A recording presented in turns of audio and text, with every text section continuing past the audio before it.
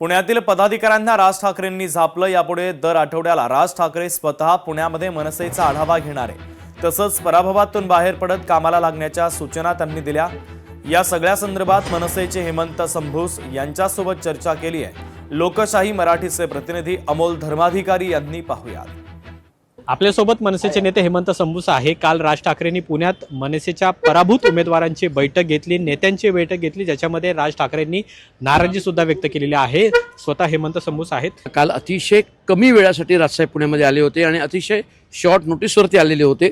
त्याच्यामुळे सविस्तर अशी चर्चा काही झालेली नाही, परंतु त्यांना प्रामुख्याने भेटायचं होतं ते जे आमचे उमेदवार युतीच्या माध्यमातून लढले आणि जे उमेदवार युती व्यतिरिक्त लढले आणि पराभव झाला, तर पराभवाला खचून जाऊ नका। पराभव हा होत असतो, परंतु ही यशाची पहिली पायरी असते। त्याच्यामुळे इथून पुढे कशा पद्धतीने जायचं, त्यातल्या त्रुटी कशा दूर करायच्या, हे सगळं त्यांना बोलायचं होतं।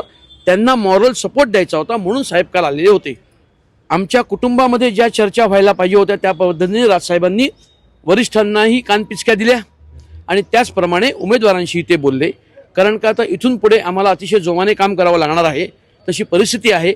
मग त्या दृष्टिकोनातून एक नवीन आराखडा स्वतः साहेब तयार करतायत आणि तो आराखडा घेऊन येत्या 8 दिवसामध्ये साहेब पुन्हा पुण्यामध्ये येऊन आम्हाला त्याचं मार्गदर्शन करतील। पराभवाच्या ह्याच्याने भाकरी फिरवली जाईल असं नाहीये, तर प्रत्येक मोठ्या निवडणुकीनंतर किंवा आलेल्या अपयशानंतर काही बदल हे करणं अपेक्षित असतं, ते बदल होतील असं मला वाटतं। खूप खूप धन्यवाद आमच्याशी बोलल्याबद्दल। अमोल धर्माधिकारी, लोकशाही मराठी, पुणे।